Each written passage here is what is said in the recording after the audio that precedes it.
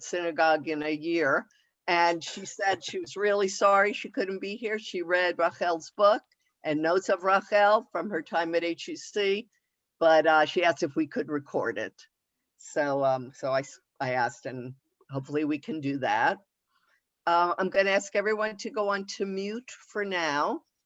And when our speaker begins, you'll have the speaker view of her, and then we'll go to questions and answers and get back into the squares, and people can raise their hand and ask questions. And then when she's finished, just a few extra housekeeping things at the end for the book group.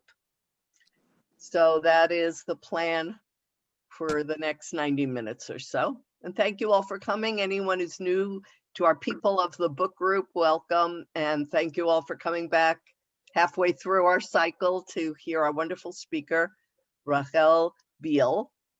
And her bio, which I think many of you know, because most of you have read the book, that she grew up on a kibbutz on the banks of the Jordan River, below sea level, as the title of her book is. After finishing high school and her IDF service, she came to the US for her university education. She received her BA and MA in Jewish history from UCLA and her Master of Social Work from Yeshiva University. Rachel is a clinical social worker and Bay Area Jewish community professional and a parenting consultant. Her other books include The Path-Breaking Women and Jewish Law, and our rabbis knew her very well from that book, which was fun to hear. And the forthcoming, or is it out now? It's out. Out now. What now? 2-minute tips for solving common parenting challenges. And I think I will order that for my daughter, who has 3 under 5. So, one just turned 5. And then, of course, this book, which we all had a chance to enjoy, which is Growing Up Below Sea Level, A Kibbutz Childhood. And I think almost all of you know the story, and I have to add it, that I read the book, as I do all the books for our book group, and about 3/4 of the way through, she mentioned her maiden name. And I thought to myself, I know one person who raised a family on a kibbutz with the same last name. And so I wrote her a note the next morning, and she answered in 5 minutes and said, yes, that's her sister-in-law, and who lived in Phoenix with her family in the 1980s. And so I got to know her well. And not only is she Rachel's sister-in-law, but she and I share first cousins. And this sister-in-law, Debbie, we have the same aunt and uncle and the same first 3 cousins. So we're related through marriage. So it was like this kind of bizarre small world coincidence. And Rachel and I got to connect after reading that, and that was fun. And so with this, I'm so pleased that Rachel could join us today to talk about her book and her life on the kibbutz and afterwards. So thank you. So thank you so much, Sharon. It was an amazing, just an amazing email to open up and see the connection. Actually, Debbie and her husband, Gil, who's my brother, and their then 4 children between infant and 12, were in Gila Bend, which I imagine a lot of you actually have never been to because it really is a godforsaken place. My brother was there as an agricultural consultant specializing in irrigation, because as you probably know, they developed drip irrigation in Israel, which is a tremendous technique for irrigating in areas with limited water supply. Anyway, so that was back in the early 80s, if I remember correctly. Anyway, I'm delighted to be here. Can I assume that people have read the book? Yeah, okay, wonderful, great. So then we can really delve into it. But before that, I wanted to share with you a short PowerPoint presentation, because I thought it would be nice to put some visual images to the stories that you heard. So here we go. Technology gods, bear with me. Okay. Share.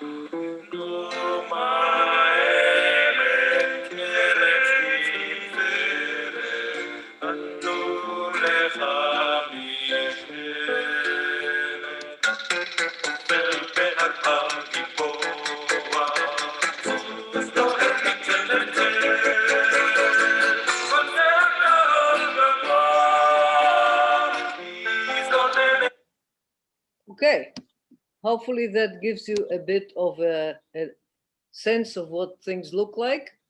I ended the PowerPoint presentation. Wait, why am I seeing myself and not everybody else? Hold on a second, gallery.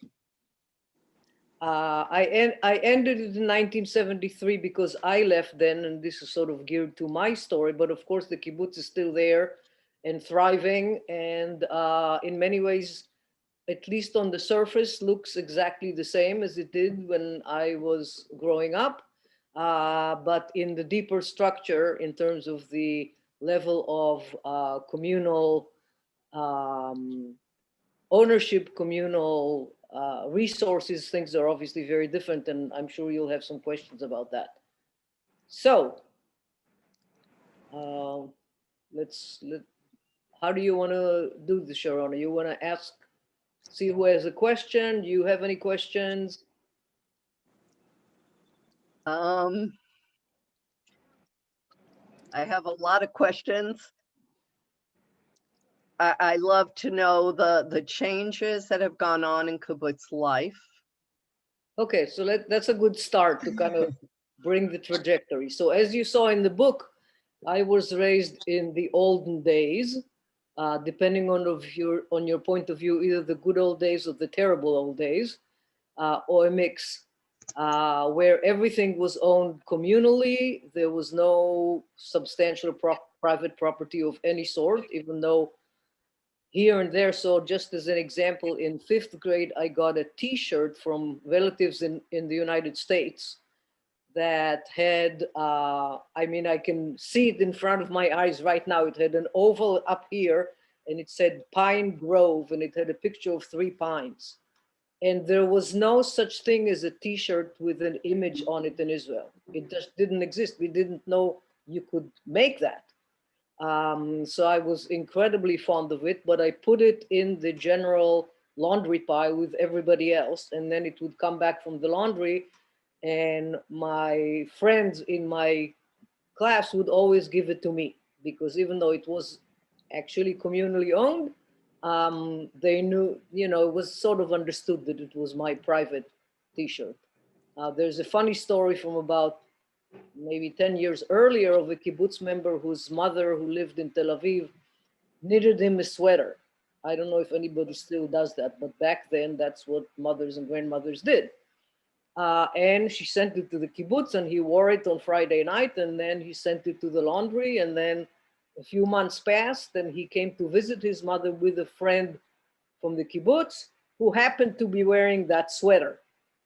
And he had meanwhile totally forgotten that it was his sweater, and of course his mother was scandalized. Each member of the kibbutz would get a monthly allocation that they would use towards purchasing the very, very few, quote unquote, luxury items that were given out at the kibbutz mini store. So this store or this kind of canteen was where you went to get all the necessities, toilet paper, soap, toothbrushes, etc. All of that was free. However, sunflower seeds bought in Afula, chocolate, very low quality, but that's what we had, and cigarettes were considered luxury items. And for those you had to quote unquote pay, in other words, they wrote it down in a little notebook and added up your tab. In the early 50s, there was a very vigorous debate in the General Assembly about cigarettes. The non-smokers said smoking cigarettes is a choice. It's a hobby, if you will, and therefore the people who want cigarettes should have to pay for them. The non-smoker, the smoker said, no, no, no, no, smoking is a habit that you can't kick. So it's a necessity, it's just like toilet paper. So there was a big debate, and the resolution was a sort of a splitting it in half. The really cheap Israeli cigarettes were free. The slightly more expensive ones that were still made in Israel, but were called Time with English lettering instead of Hebrew, to make it seem like they were American cigarettes, those you had to pay for. And of course, as you saw in the stories, we all slept in the children's house from the day we came home from the hospital and spent the afternoon and early evening with our parents. Starting in the early 70s, there were moves in various kibbutzim to change the communal sleeping arrangements. And they were initiated by sort of two different groups within the kibbutz, in my kibbutz and really throughout the kibbutz movement. One was families, but particularly women, who were raised in the kibbutz. My age, actually mostly maybe 5 to 10 years older than me, who were raised in the kibbutz and were now having children and didn't want to have them in the children's house because they had traumatic experiences growing up. And the other group was women who had joined the kibbutz from the youth movement in the cities in Israel, who were committed to the ideals of the kibbutz, but we also did not want the communal sleeping. So it was a very gradual and difficult process. Some kibbutzim practically fell apart over it. The very first kibbutzim that made that change were threatened by the United Kibbutz movement that they'll be kicked out of the movement because they're breaking the rules. That, of course, never happened. And basically between the early 70s and the late 80s, all of the kibbutzim made the shift. Initially, it was very difficult because the apartments that the members had were tiny. So my parents' apartment, for example, was a living room and a small second room that was too small for a double bed, or even too small for two beds. Nobody had a double bed. You pushed two single beds together. It was even too small for that. It was a workroom, a study room, a playroom, I'm not sure. And a tiny, tiny kitchen, roughly the size of my computer screen, and a shower and toilet. That's it. Wow. So where are you going to put those kids? So initially people put the kids in that little room and the parents slept in the living room. But gradually all the kibbutzim added 1 and 2, and in some cases even 3 children's rooms. So nowadays, if you go to most kibbutzim, you will see that the members' apartments are typically 3-bedroom apartments. So that was the first big change. The second change that really didn't start until the 90s was a gradual process of semi-privatization. What I mean by that is initially starting to pay people who worked overtime, because that didn't used to be the case. If you worked in the chickens and there was they were shipping chickens to the slaughterhouse and you had to work all night, well, that's what you did. If there was a huge thing in the fields where you had to weed all the weeds after the rains, there was what we call the gius, a general call-up, and everybody who could would come and work extra hours to do the weeding. By But gradually in the early 90s, people started to say, look, everybody works 8 hours. I choose to work extra and I should be paid. So that was the first step. And the second step, which is more significant, is differential salaries. So no longer is the person who has the most important job on the kibbutz, which is probably running all of the productive branches, overseeing all the productive branches, no longer makes the same salary as the person who runs the dishwasher in the dining room. But the differential is, compared to the American economy is minor. It's a differential of maybe 30, 40% salaries. The other thing that gradually came along with that is people who work outside the kibbutz initially would just turn over their whole salary to the kibbutz and get their allocation. But gradually with this privatization, now people who work outside the kibbutz keep their salary and pay the kibbutz a monthly fee for all the benefit of all the services that they receive from the kibbutz. And all the services are now sort of privatized too. So if you go to the dining room, and by the way, in a lot of kibbutzim, the communal dining room is no longer operating or only operates on Friday night. And in many, it still does, but the majority of the members certainly don't eat dinner there. And many of them don't eat the other meals there either. But if you go to the dining room and you take whatever you want, because it's all self-service, you get charged at the end of the line. There is somebody whose job it is to add it up and charge it to your account. And then at the end of the month, it's still heavily subsidized. So it's a ridiculously cheap meal. But what happened across the board in all kibbutzim is that once they instituted that, there was a 30 to 40% drop in food consumption, because people were just taking huge amounts of food and throwing them out, taking it home for their dogs. Similarly, if you go to the laundry, in my kibbutz at least, in some kibbutzim there is no communal laundry anymore, but in those that do, you throw in your dirty laundry, they wash it, they iron it, they fold it. When you come and pick it up, they weigh it and they charge you by the pound, etc., etc. So that is kind of the way most kibbutzim are organized today. There are a handful of kibbutzim where the basic services are still totally free, like the dining room, the laundry, etc. Those are only the kibbutzim that are very wealthy, because they happen to have an industry that has turned out to be extremely profitable. So just to mention one as an example, Kibbutz Mishmar HaEmek, which is sort of one of the great Hashomer HaTzair kibbutzim in the Jezreel Valley, they developed those plastic wrappings for hay that you see all over the world. If you're in France, they're round, because the traditional hay bales in France were round. I'm sure some of you have seen it with the orange in picture, how these beautiful picturesque fields with these round bales. So in France, they're round. In other countries, they're rectangular and they just come out of the combine wrapped in plastic. And that's how they made their money. So at Kibbutz Mishmar HaEmek, where I have actually relatives of my husband and a friend from the army, everything is free. That's briefly the overview of what's happened in the kibbutz. I think one of the issues that really intrigued all of us is the children's house, which you gave such great stories about. But now that we're grown, I think we're thinking about what it would be like to be a parent and be separated from your children. And the other thing I found fascinating was, I think you maybe talked about this in one of your lectures, was some of the thinking behind separating the children, considering the background of where the members came from and their lack of family. I'll let you talk about that, but the psychology behind those decisions.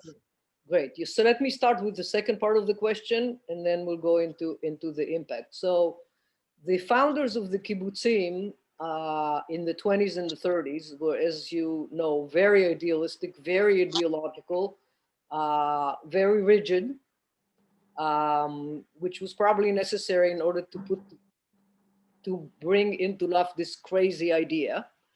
They were on the one hand very influenced, of course, by socialist ideology. So everything communal was going to be better than anything private.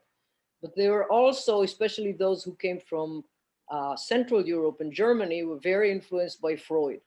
And they considered the nuclear bourgeois family in general, and specifically their own Jewish nuclear bourgeois family, to be toxic and to create neurotic adults. So part of the ideology was, let's mitigate the impact of the nuclear that Freud enlightened us about, of the nuclear bourgeois family, by having children not as intimately living with their parents and being more influenced by their peers, and also by taken care of by people who have been trained, who actually know how to raise children. In addition to that, of course, and this was not discussed openly, that whole generation lost their parents. It was basically a society with no grandparents, with a handful of exceptions. I actually happened to have a grandfather who came to the kibbutz for about 2 years between when I was 2.5 to 4. But mostly there were no grandparents. Almost all those grandparents were murdered in Europe. So you can imagine that the burden of guilt about having abandoned their families and that they're the only ones that survived made it psychologically difficult to raise children alone. And relying on the group and relying on the ideology was very comforting.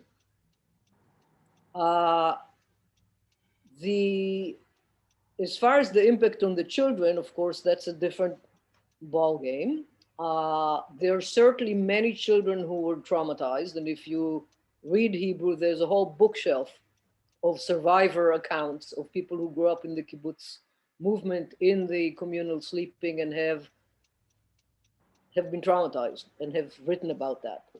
If you don't want to read the whole bookshelf in Hebrew, I highly recommend Amos Oz's book, Between Friends, which is just a masterpiece from a literary point of view, but it has in particular one story about a child in kindergarten that will absolutely break your heart and is a good illustration of the trauma.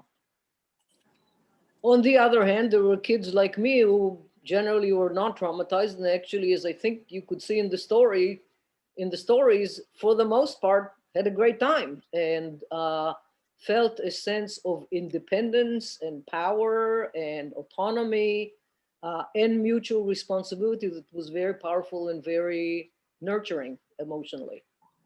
All of that said, of course, once I became a mother, I was not interested in shipping my children out to somebody else every night.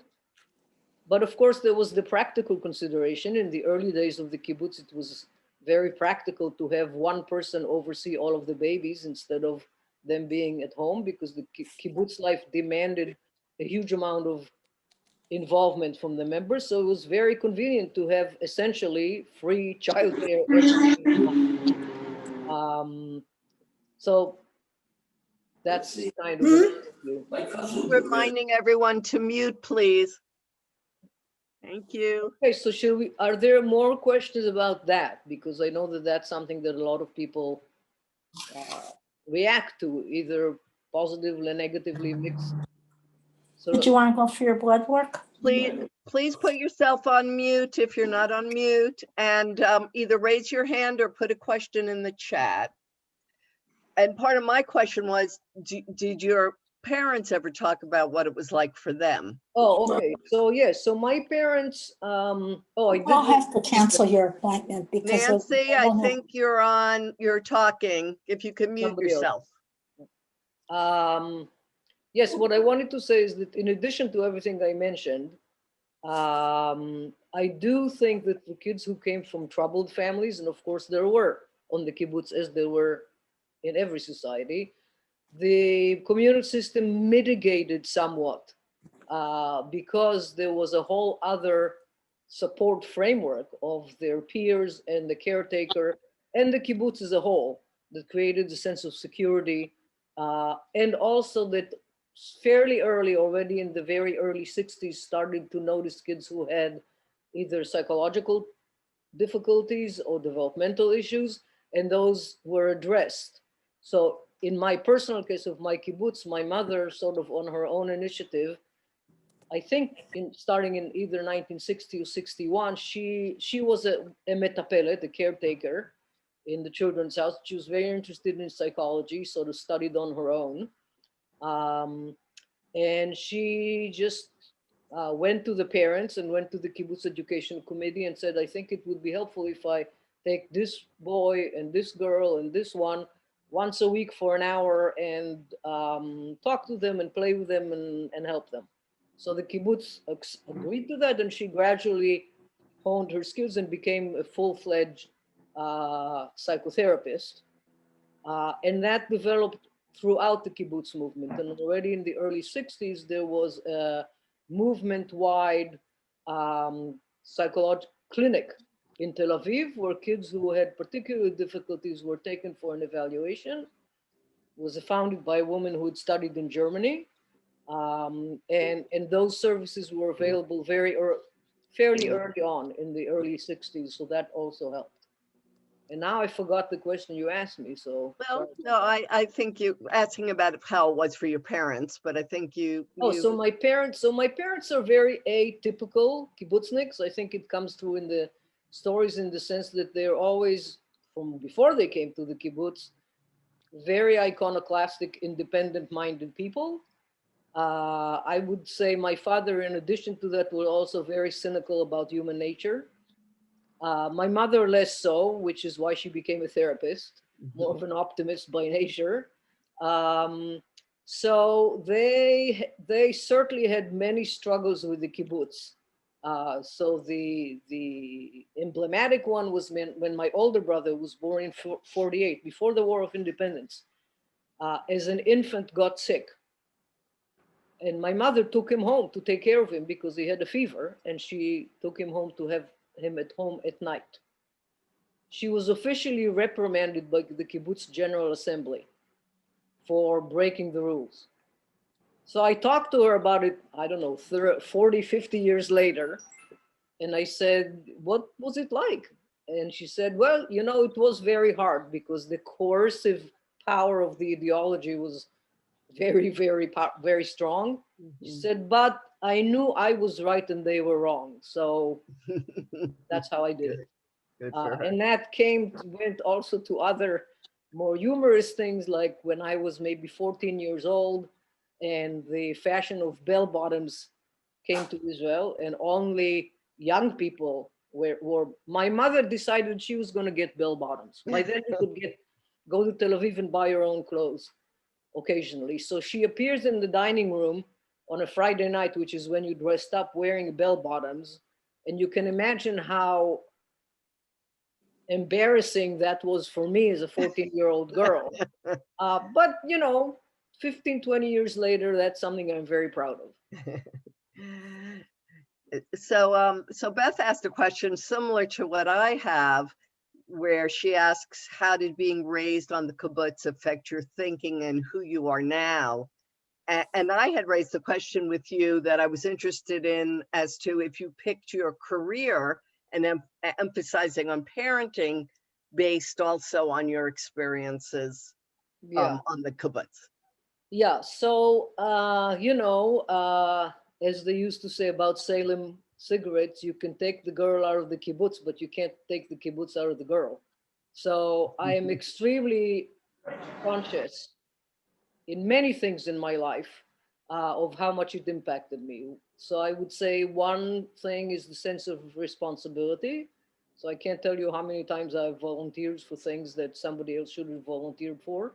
So that's sort of, which is something that obviously is very common feeling in the Jewish community, because the Jewish community is built on that as well. But it's very clear to me that if something needs to be done, I'm expected to do it.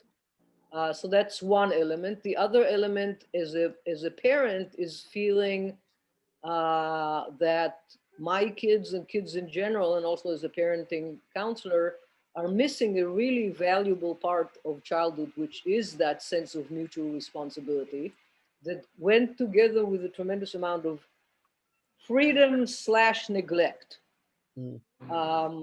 So the way the children are monitored and supervised now obviously addresses our anxieties, but is not healthy for their development, in my view. So when I work with parents, I try to help them see, is there some place in your child's life where you can at least pretend that they're not being supervised all the time, Mm. where you are in fact supervising, but it's not as obvious, Mm. and you don't intervene immediately if there's a problem. You wait and see if your daughter and her friend figure it out by themselves.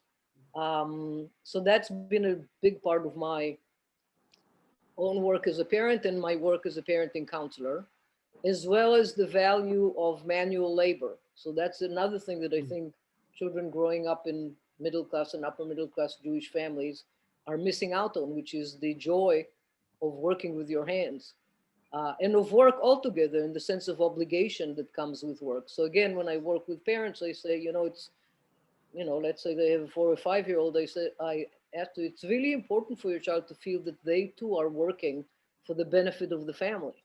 Mm. And then when they get a little older, for the benefit of the community. So I try to help parents figure out, how do you put that into your life? And obviously, frequently getting your child to do a job in the house is going to mean more work for you than if you did it yourself. But it's a very valuable experience for them. That's great. That's great information for all of us, parent and grandparents alike. Yeah, and I wanted to mention about my parenting advice book is that there's a whole section geared for grandparents and aunts and uncles and extended family, because that's another thing that obviously we don't have nearly as much as we would all benefit from, especially with COVID, but even before COVID, of living in an multi-generational framework. Yes. So as grandparents, we have a very big job, which thankfully as a grandparent is all pleasure. But there's some tips in there that might be helpful. Great, great. Another question we have is, with the changes that the kibbutz made, how does today's kibbutz differ from a moshav? Okay. So the moshavim, there were two kinds of moshavim. Moshavim, the plural moshav. There was a moshav where basically everybody owned their own, whether it be plot of land, chicken coop, goats, whatever. And the moshav as a community had shared resources like a kindergarten, like a little store, health services, etc. Those haven't changed at all, with the exception that there's a lot of people who lived in the city who wanted to live in that kind of setting, who bought properties on moshavim and are not actually engaging in any kind of agriculture. Then there was the other moshav that was a little closer to the kibbutz, which each family had their own very small plot, where they might have a small chicken coop just for their own production and maybe to sell a few flats of eggs and maybe a vegetable garden. But the big crops, the orchards, the wheat fields were all owned communally. So those are now managed both on moshavim and on kibbutzim as kind of mini corporations within the overall kibbutz of the overall moshav. So it's actually quite similar, but of course the legacy is different. And the physical organization is a little different. And most kibbutzim are really built around, there's like a central spot that might be either the dining room or the kindergarten, and the houses are built around it in either lines or circles. Whereas in moshavim, they tend to be a little bit more spread out, but that's a fairly minor difference.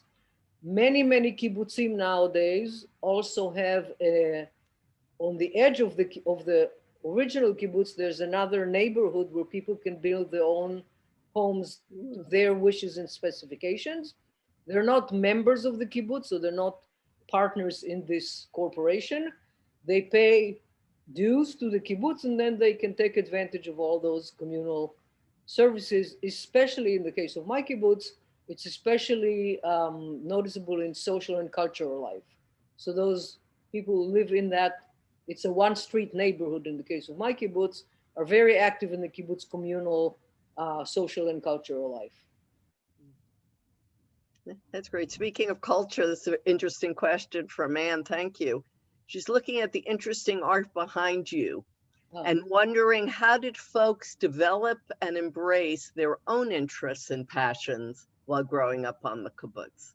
Okay, so that's a really good question. So the stuff behind me is like from all over the world, but perhaps the most precious thing is this, which is a Canaanite jar that my mother found in pieces near the kibbutz. My mother was an amateur archaeologist or an archaeological thief, depending on your point of view. And she actually managed to glue it together. And after she died, I took it. And then not too long ago, about a year ago, I accidentally knocked it over. I could not put it together for the life of me until I came up with the genius idea of, in the middle here is a styrofoam ball about this big, and around it is clay, modeling clay. And that enabled me to put it back together. But a lot of the stuff is stuff that my mother found and stuff that I collected all over the world in my travels. But I would say that there are sort of two things. One is that there was a very vibrant kibbutz culture, which was, that could lead to sort of another question, but there was a kibbutz culture that was a reimagining of Jewish culture in terms of Jewish holidays in the framework, in the model of agriculture and the resettling, the Zionist enterprise of resettling Eretz Israel and creating a new community that's based on working the land and agriculture. So all of the Jewish holidays, when I was growing up, with the exception of Yom Kippur, which was a regular work day, because my kibbutz was secular. Most kibbutzim, with the exception of maybe half a dozen religious kibbutzim, most kibbutzim are either secular or militantly secular. My kibbutz was secular. We weren't as militant as Hashomer HaTzair, but nevertheless, we were definitely completely secular. So Yom Kippur was nothing to us. It was a work day, whereas the 1st of May was, of course, the workers' day, and we would march with a red flag. And all of the other Jewish holidays, Passover, Sukkot, etc., were reimagined as agricultural holidays. So that was, and kids participated in those from actually when they were born, because on Shavuot, which is the beginning of the harvest, every branch of the kibbutz would make a display of whatever they were growing. So fish from the fish ponds and wheat, etc. And all the babies that had been born that year would be paraded around as another production of the kibbutz, if you will. So that was a very important part of life and culture. In addition to that, your cultural world was very much determined by your parents. So even though I only spent on average 2 or 3 hours a day with my parents, I was very deeply influenced by their cultural orbit, which was, they were cosmopolitan European Jews. They read almost exclusively in English. They had the library that covered a whole wall of their living room. They spoke Czech, which was not particularly useful but Czech, German, French, English, and they read ancient Greek and Latin and Hebrew. So that's the kind of world I grew up in, whereas the kids in the house right next to us, those parents were not educated, so they didn't imbue that at home. So it was kind of an interesting combination. For me personally, I then, after the 6-day war, there was a sort of very small but important kind of Jewish awakening within the kibbutz movement. To put it in an oversimplified way, we sort of said, wait a minute, we had been raised to believe that here in Israel, Jews are completely secure and none of the things that happen to Jews in diaspora will happen to us, and all of Jewish culture in diaspora is not relevant. We go back to the Bible. But right before the 6-day war, and people don't remember that much because they remember the 6-day war, there was a state of absolute panic in Israel. And people were saying it's going to be the same as what happened in the pogroms. And people were saying it's going to be the Vilna ghetto. We're going to be slaughtered. That passed after the war, but that sense that there's a connection to this trauma, if you will, of Jewish life in the diaspora was very powerful. And along with other people, some older than me, who sort of led this, but I was in high school at the time, we started to ask, what is this Jewish diaspora culture of which we have not learned very little? So I got involved in this Jewish interest group, if you will, that met once a month in Jerusalem and studied I'm listening Jewish to texts, this, which I had the not, book group. I maybe had heard that there's something called the Talmud, but I'd never actually opened the page of it. So I had this kind of Jewish awakening, if you will, that happened to then coincide very much with David, my husband's Jewish awakening here in Berkeley, California, is a Jewish student. And that was really the path that I then started on, which culminated in my book on women in Jewish law. But that's, I would say, fairly unusual for my cohort in Israel. And that brought up the question that Rabbi Capel had, which is that you wrote this seminal book on women in Jewish law. And if you were writing it today, what would you update? What is your perspective on women in the Jewish community and moving forward? Yeah, okay, well, that's a wonderful question. Just to situate the book for those who don't know about it. So the Jewish feminist movement really started in, if you want to pinpoint on something, in 1973, Rachel Adler published an article called The Jew Who Wasn't There, which obviously is very dated, but in some ways, if you want to know what started it, read that article. It's been excerpted in many things, and it basically was the sort of call to action of Jewish women reclaiming their part in Jewish tradition and raising their voices. And I was studying Jewish history at the time at UCLA, so it kind of dovetailed. I was never involved in the Jewish feminist movement organizationally. In other words, there were conferences and things. I don't know why, I can't really reconstruct. I never went to any conferences, but I was sort of doing my own thing. So out of my background doing Jewish history at UCLA, I became interested in Jewish women and Jewish feminist studies. There was very little to read at the time.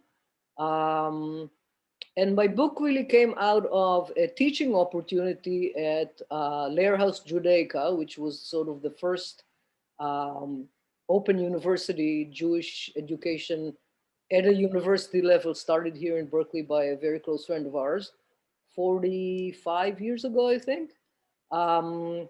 Anyway, I went to teach a course on women in Jewish law that was going to be based on a book that had just come out, also a very important book at the time by a rabbi named David Feldman about birth control, abortion, and birth control, procreation, birth control, and abortion in Jewish law, which in the 70s, procreation, abortion, contraception, and abortion were the hot topics, not just in the Jewish feminist world, but in general in the women's movement. And I was going to teach a course based on this book because the book is quite required. You have to study the book. You can't just read it. It's got tons and tons of sources. And I came to teach this class. There were maybe 15 people in the class. And to my horror, I found out in the first class that half the people had already read the book and could do it on their own. They didn't need me for that. So I basically spent every week in the library preparing additional texts. And that eventually, I taught that class, and that by the 1980s, when there were a couple of books, sort of programmatic book, like on being a Jewish feminist, edited by Susanna Heschel, but there was no access yet to the actual sources. So that is what I tried to do in my book, to actually bring substantial enough quotes of biblical, Talmudic, rabbinic responsa, etc., so that women and men who were interested in issues pertaining to women would have be able to educate themselves. And that's how the book was envisioned, as a kind of a book to study together in a group. And that's what happened. It became a fairly commonly used textbook.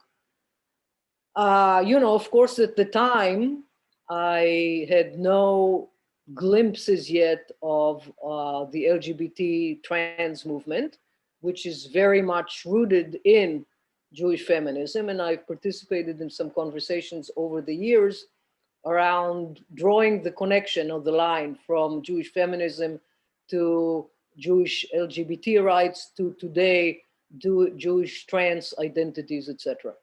So obviously, if I wrote a book like that today, there would be a whole chapter on homosexuality. I think in my book, there may be a few pages. There would be a whole chapter on gender identity in various ramifications. And those are the two biggest lacunae that I see. And there would be maybe not a chapter, but an introductory thing that talks much more deeply about what's happening in the Orthodox and ultra-Orthodox world in terms of a kind of a feminist movement that's really changing both of those worlds. And the fruit is just ripening. Yes.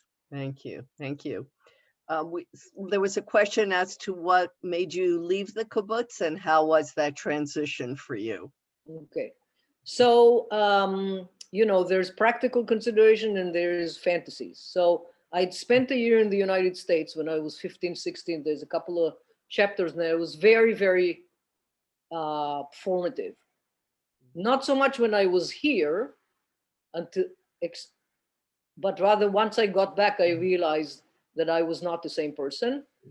And because the education I got here in an American style high school was more like what I envisioned college would be, I would say pretty much from when I came back, I had this idea that I was going to go to university in the United States, not in Israel.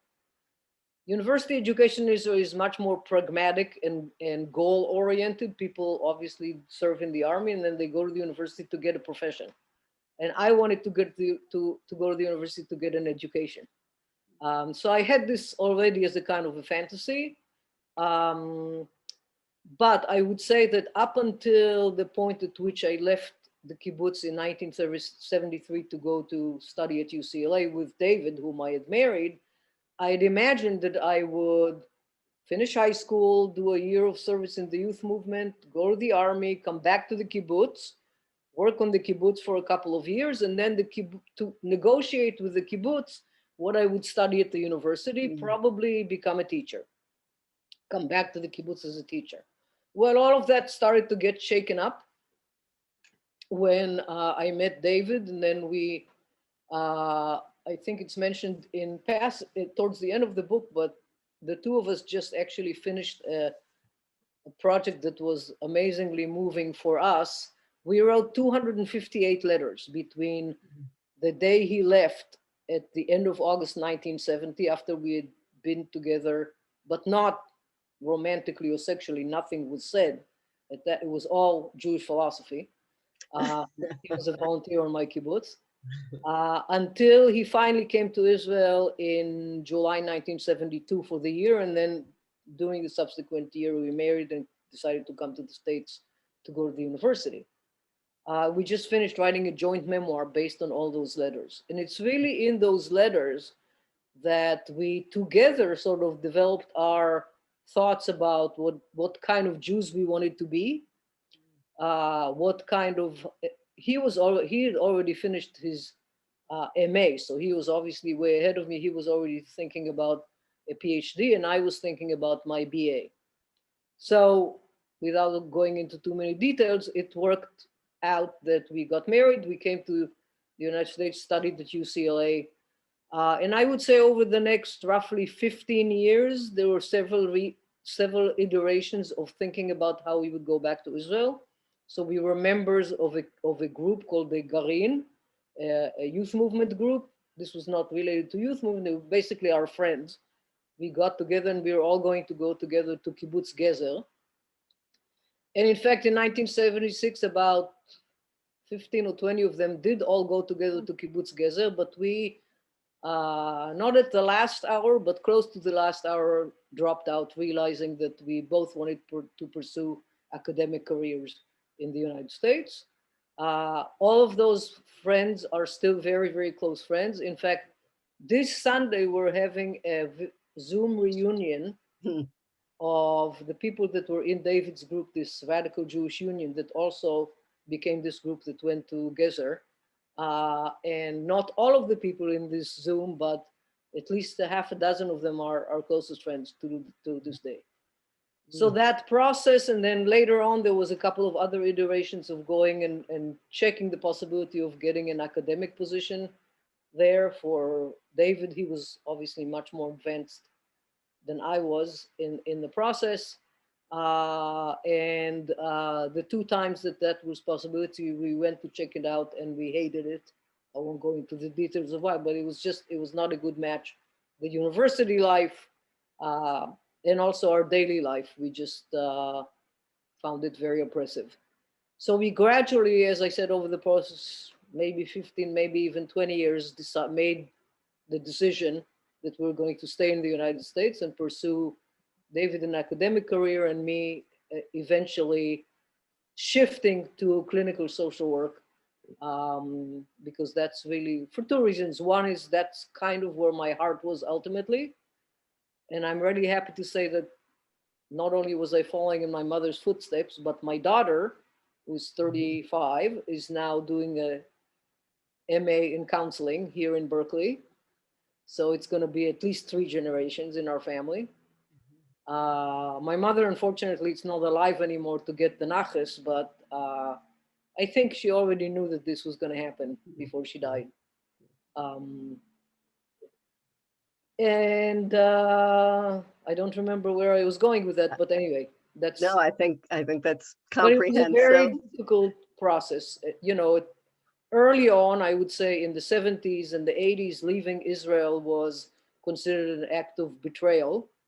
And people who left Israel were called Yordim, people who have gone down and were berated and belittled. But that really has changed, starting in the 80s and 90s, when more and more people have left and have pursued various careers abroad. And a lot of people live sort of with one foot here and one foot there. Mhm. Yes, yes. I can relate, having a mother who left in in the late 1940s and was called a lot of different names from the family as well. Right. You can imagine that was a very difficult time to leave, too. And you know, maybe it's too full a question, but of course, so interesting how, you know, your political stirrings and, you know, the milieu you grew up in of the 1960s and the you know, the optimism after the 6-Day War, and then the realization that that also had a lot of consequences that I'm sure stirred you in many ways. Yes, so I would say, obviously, as you, I think, all know, after the 6-Day War, Israel was in a prolonged state of euphoria and myopia, in my view. So I've always, my kibbutz, my parents, we've always been on the left. So that's just disclosure.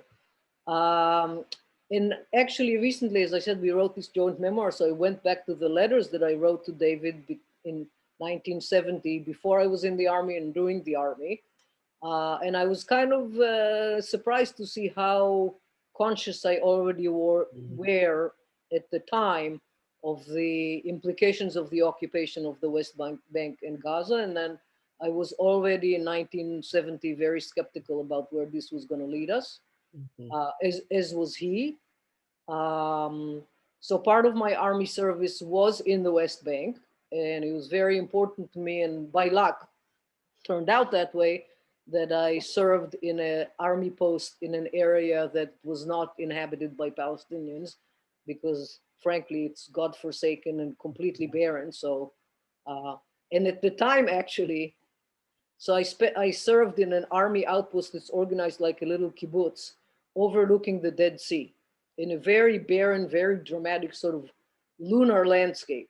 And I write to David and I say, I'm really happy about this place because for two reasons. First of all, there's a bus from Jerusalem once a day, so you can get here easily. But second of all, this godforsaken place is never going to be turned into a civilian settlement because there's nothing here. So I'm not here to further the occupation. In the long term, I'm just here to guard the border. And of course, I was wrong because about 5 or 6 years after I left, it was turned into a civilian settlement, not exactly in the same spot, lower down right by the Dead Sea, but nevertheless, it has become part of the occupation. And really, I would say we've been involved in supporting opposition to the occupation and left-leaning causes in Israel ever since. There have been many iterations that some of you may remember. Yesh Brera, the New Israel Fund, which is thankfully still strong and thriving, etc. So that's kind of, and I want to say that my family is all like that too. So at the moment, all of them who can participate in these weekly demonstrations against Netanyahu. My mother in her 80s joined a group called Mahsom Watch, which was a group of women. It was only women who would stand at army checkpoints in the West Bank to monitor what was going on, to make sure that the soldiers were following the army protocol, which was actually fairly decent in terms of protecting the human rights of the Palestinians. For a lot of the times, the army didn't. And monitoring what was going on and how the impact on the Palestinian population. So my mother had a specific spot that she would go to with a friend every other week, and I went there with her several times. And the last time she went was her 89th birthday in 2010. Yeah, yes. And she said, I'm here. And we had a little birthday party and we had videotaped, and she said, I'm here to celebrate my 89th birthday on the hope, which I know is totally unrealistic, that by the time I turn 90, there won't be a checkpoint here. And so you could see that she was, as she would put it, she was an irrational optimist. So she kept going because she had to do her part. Well, you probably knew my aunt who also did the same thing at the checkpoints for many years. Yeah, probably. So I know that movement as well. Yeah. And any other questions about the book or about the years, the Israel's growth and changes that you've been wondering about from an insider? I think I got my questions. Maybe the one thing, that still I think surprises people, and you did bring it up, but the fact that the kibbutzim by and large have been very secular, and there's still very many Americans who associate Israel with a religious country. And that of course has changed over the years. And I'm sure it's also found in the kibbutz movement as well. Right. So the kibbutz movement in the early days, as I said, with the exception of a handful of religious kibbutzim, actually 3 of them next to my kibbutz. So this is kind of interesting. Just to illustrate it with real life thing, there's a story about it. The first time in my life that I stepped inside a synagogue was when I was in 7th grade, where we had our tasks in preparation for our bar and bat mitzvah. We had 12 tasks, and one of them was to spend Shabbat on a religious kibbutz. This religious kibbutz, I'm not exaggerating, is less than 2 miles from mine. I'd never stepped in a synagogue before. I didn't know what they did there. I'm not going to give the punchline of the story. It's in the book. But we had absolutely the only place where we mingled with the kids from the religious kibbutzim was in the regional music school. And they all played the violin. At least that's how it seemed to me at the time. And as I said, it was militantly anti-religious. So we were certainly raised with Marx's statement, religion is the opium of the masses, absolutely. And as I said, But I would say starting in the 80s, in part as a result of the fact that people joined the kibbutz who came from traditional homes and they wanted a little bit more religious life. The kibbutz accommodated them and you didn't have to work on Yom Kippur. And they started serving a arucha mafseket, a pre-fast meal the night before. And they even allowed people who wanted to hold prayers in the kibbutz clubhouse. And I have a nephew who's in Chabad. So he several times came to the kibbutz for Yom Kippur before he had the 6 children that he now has to conduct these services. And people in the kibbutz created a Friday night Parashat HaShavua class that was taught by a member of a religious kibbutz who would come every week. And of all the people of the kibbutz that you would think, my mother was in that group too.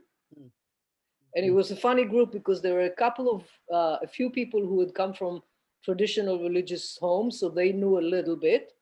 Then there was my mother who knew nothing about Jewish tradition, also didn't know the Bible very well. Mm-hmm. And then there was another person who grew up in the Soviet Union, and she was still vehemently anti-religious. Mm-hmm. So it was a very funny conversation. Mm-hmm. And whenever I would visit, which was, quite frequently, I would come to the study session on Friday night afternoons, and it was very interesting mix of people. And I would say nowadays, on most kibbutzim, there is some accommodation for religious practice or services, but very minimal. Of course, the reform movement only began in Israel several decades ago. So when you were growing up, that wasn't, if you were Jewish, you were Orthodox. Right. And so that was partly, the singular way you could be religious. Correct. And people, a couple of other questions. Yeah. About if you and your family go back to Israel frequently. And also if any of your relatives have stayed in the kibbutz. Okay, so the answer is pre-COVID. So my oldest brother lives on the kibbutz with his wife. The one I know. And his oldest son who married the Nepali woman. So my family is quite the amalgam. So my oldest nephew lives on the kibbutz with a Nepali woman who comes from a town in Nepal. And they're raising 3 children. One of them is already in the army. And if you didn't know his mother from Nepal, you would think that maybe one of his parents was maybe Yemenite or Iraqi. Mm-hmm. And then there are 2 girls who look 100% Nepali. Mm-hmm. Then there are 3 more boys. All of them live outside the kibbutz. One, as I said, is in Chabad and has, as of a month ago, 6 kids. And one of them is gay and has been openly gay for 20 some years and runs a boarding school for children with emotional problems. And this is kind of interesting in terms of what is going on in Israel in terms of the gay community. He is raising identical twin boys with a woman that he met through an organization that matches men and women, mostly gay men and heterosexual women who want to be parents but don't have partners to have children with.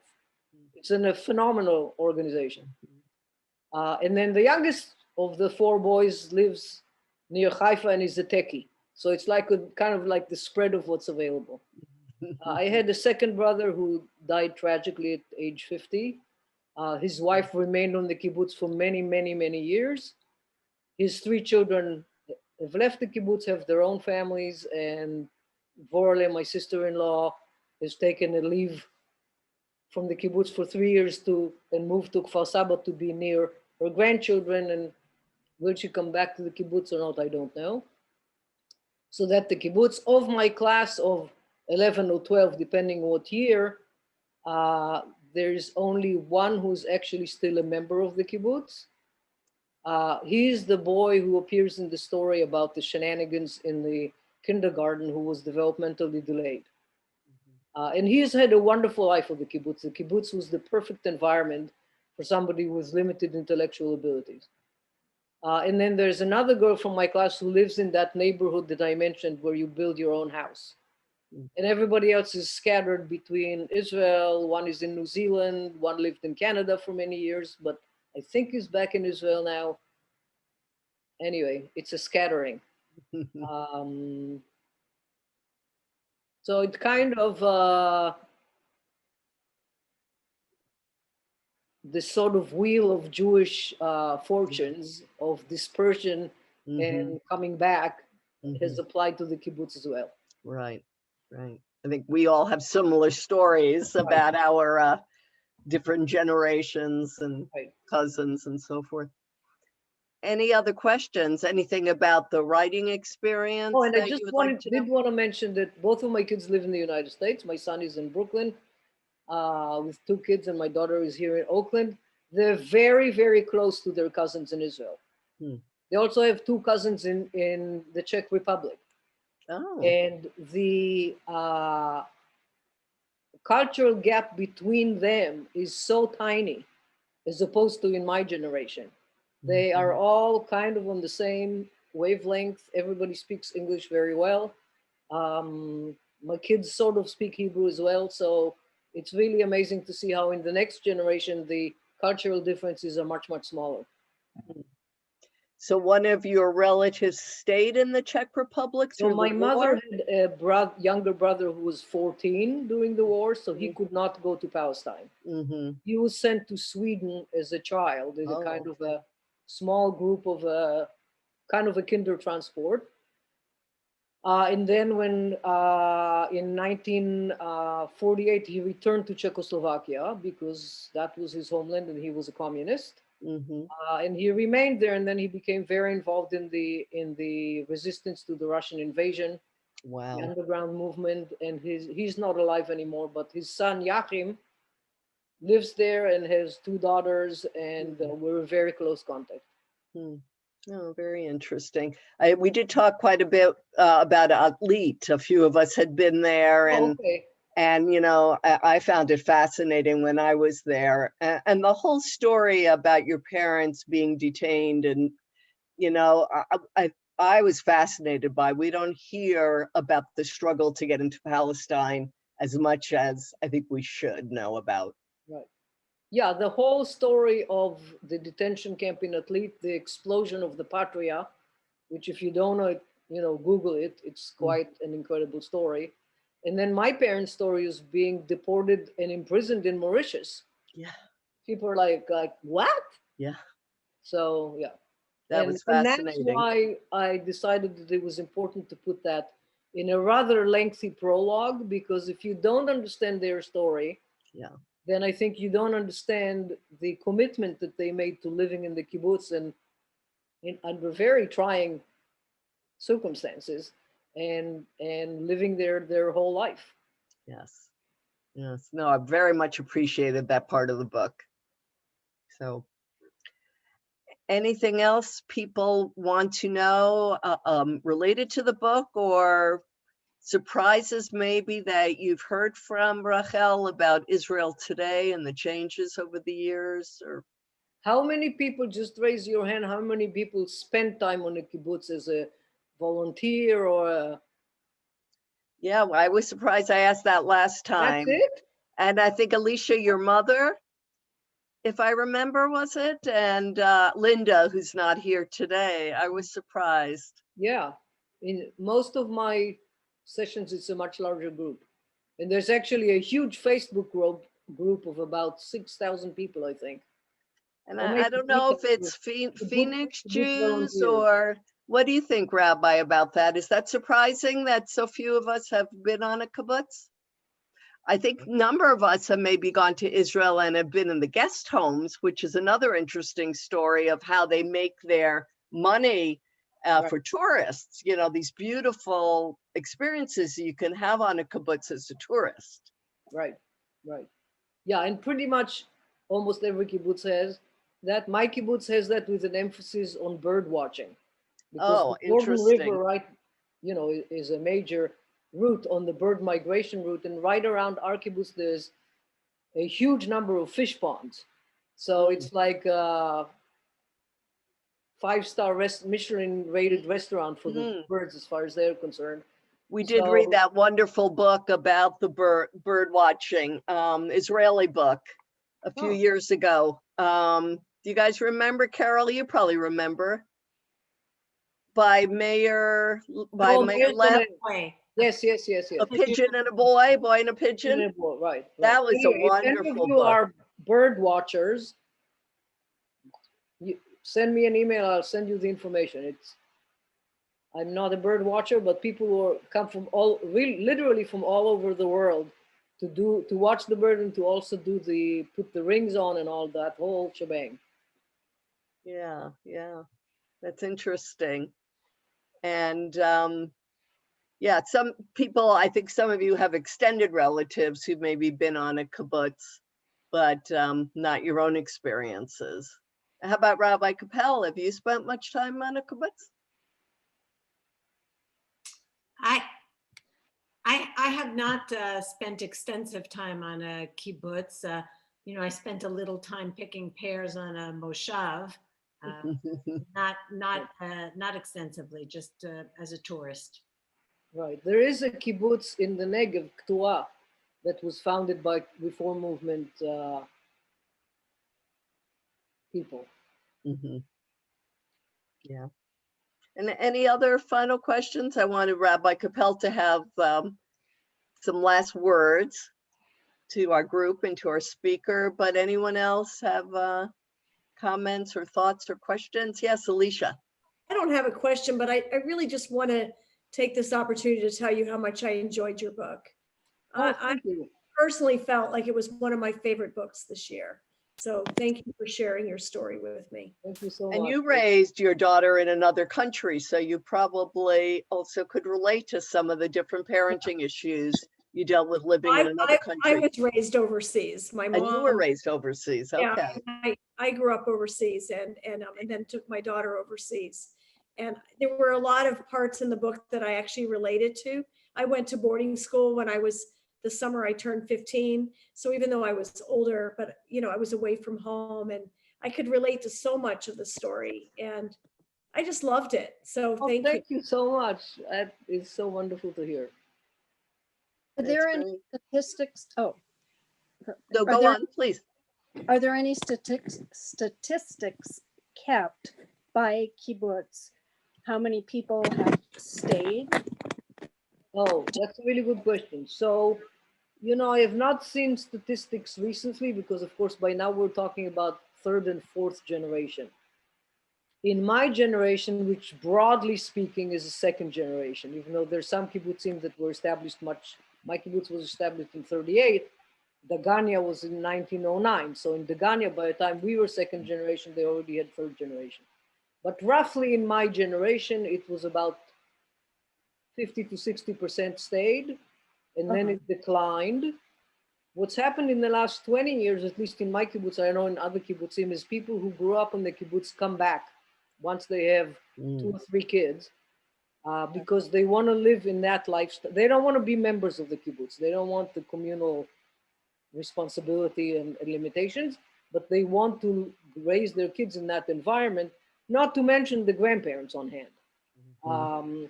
So almost everybody of my generation on my kibbutz has grandkids at the kibbutz that they participate very actively in helping raise.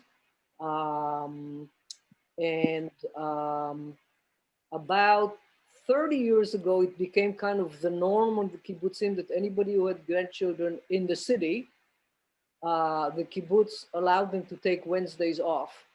Not necessarily Wednesday, but that was typically Wednesday because it's sort of in the middle of the week, to go for grandparenting duties. Oh, wonderful. And that So brings, in the next generation, in other words, my brother's kids, my sense is that it's more like 30 to 35% that have remained in the kibbutz. It of course varies from kibbutz to kibbutz, but across the board. So the percentage of the population that lives in the kibbutz dwindles further and further. At its heyday, it was 6%.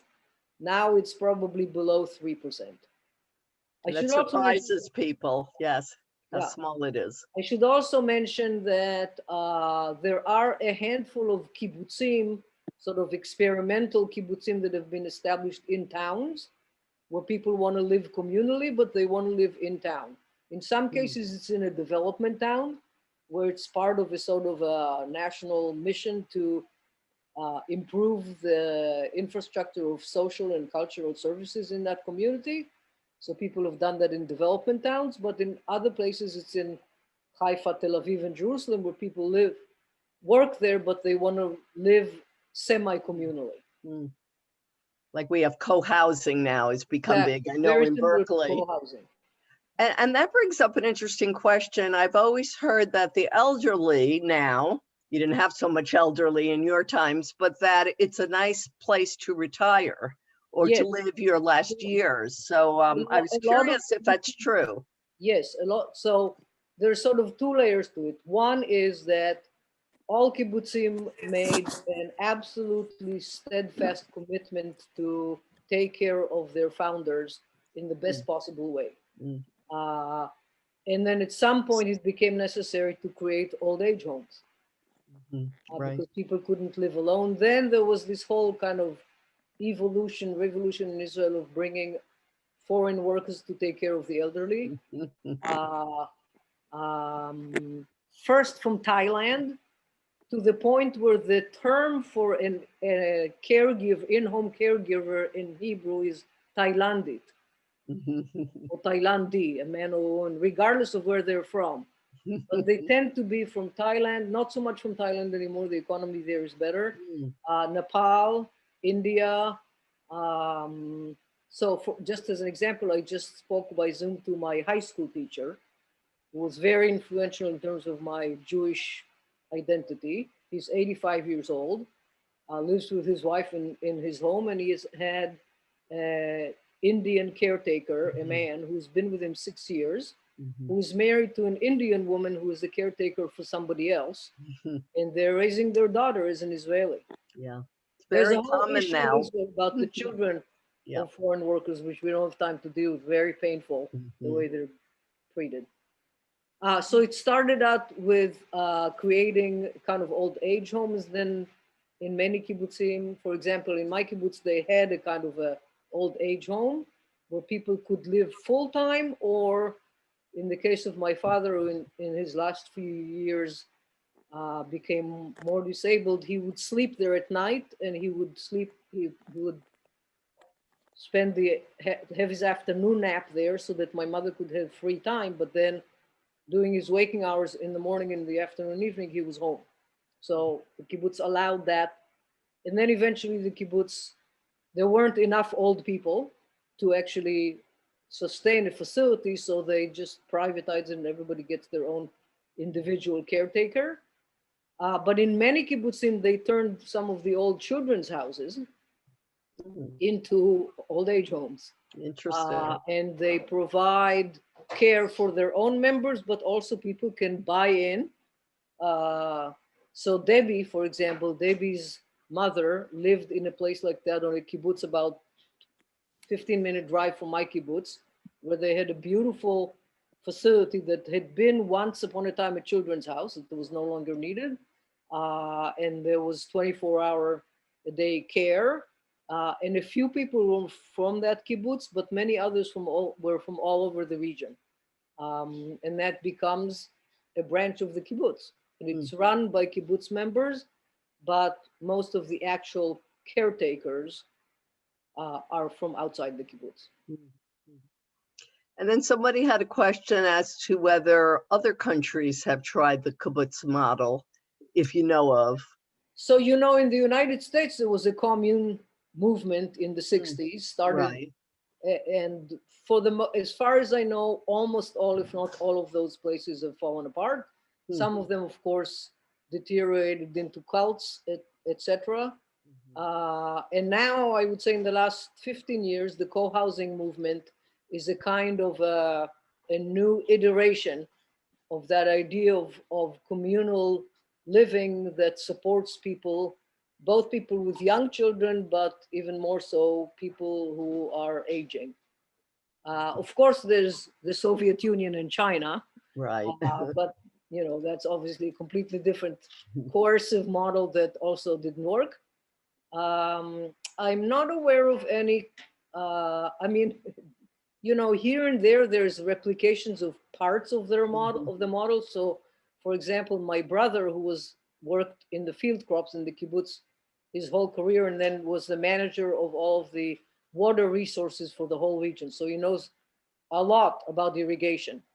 So he worked for a year in Kenya as a volunteer with, I guess, a tribe of people who had been essentially what we would call Bedouin in Israel. In other words, they were a migrant people that had cattle and sheep and would herd them. And because of droughts, it became untenable. So with some minimal support for the government, but really through an NGO, they were teaching them how to farm and how to create irrigation with a fairly minimal but sufficient water resources that they had by building water reservoirs and drip irrigation. And they created a kind of a communal agricultural infrastructure. Not any of the children's house and any of that, but they did use some of that model, and my brother was able to sort of translate what the kibbutz did into some godforsaken place in the northern part of Kenya. Wow. Well, we have a lot to be very thankful for Israeli ingenuity. So that's wonderful. And before I have Rabbi Capel say the final words, any other questions or thoughts from the group? Yes, Sue. And we can't hear you. Sorry, I wanted to thank you, Rachel, for coming and being with us today. I wanted to say I really loved your book. Having been to Israel about 3 times, I've been on kibbutz, never lived or worked on them, but traveled through them and stayed there overnight, had a chance to tour through them. And so having the opportunity to read your book and listen to you tell us about them was very personal for me. And I just loved it. It was very, very important. So thank you again. Thank you so much. I do want to mention that if something pops up after this, feel free to go to my website, which is just my name, rachelbiale.com, and you can contact me through the website. That's easier to remember than remembering my email address. And if there's a contact button, you just send me an email and I'd be happy to continue the conversation. Thank you. Thank you so much. And Rabbi, did you want to say a few words? Thank you for being with us. You're always welcome to our book groups. Thank you so much. Well, I just wanted to thank everyone who made this afternoon possible. Of course, it's always a joy to see your beautiful faces, which we miss seeing so much. And Sharona for her endless well of creativity and dedication and keeping us engaged intellectually, emotionally, spiritually through this time when we can't physically be together. And of course, I wanted to as well thank Rachel, especially for her candor. Israelis are not necessarily known for being shy, but as Sharona said, to get that insider perspective and somebody with whom we can really have open, honest conversation and ask questions without concern about how they might be interpreted or judged. It was just a wonderful, incredible opportunity and an honor for me as a female rabbi who does go back to that early generation of Jewish feminism to meet one of the true heroines of those early days. So thank you for everything you've done, in particular to help us understand the situation of Jewish women in Jewish life for millennia. Thank you so much. I mean, I do feel that I put in one of the paving stones of the long path that we are all on, and You know, when I wrote my book, I felt like I was being a little, to quote my mother, irrationally optimistic by saying, one day this book is going to be not necessary anymore, because it'll be so obvious that women's voices and women's experiences and women's learning is integral and at least 50%, if not more, of the story. And I feel like that's actually come to be. And as I said, even in the Haredi, in the ultra-Orthodox world, the voices of women is really coming through. And it's very heartening to see that. And thank you, Rabbi Koppel, for being part of that big chain of women that are Amen. making it happen. Well, it's great to have that optimism and to start seeing the fruits of that, but also it's important to remember where we came from, and to hear your story, you know, really gave us some insight of what people went throughout the last century in from Europe to Israel. So very much appreciate that as well. Okay, wonderful. Thank you. Keep Well- Phoenix sunny, and maybe I'll run into one of you some other time, some other Oh, time. that would be nice. We'll be in touch, I'm sure. That's great. Thank you Okay, very, thank you so very much. much. Everybody be well. All right. And we'll see you all in 2 weeks. You'll get a note with some Zoom information for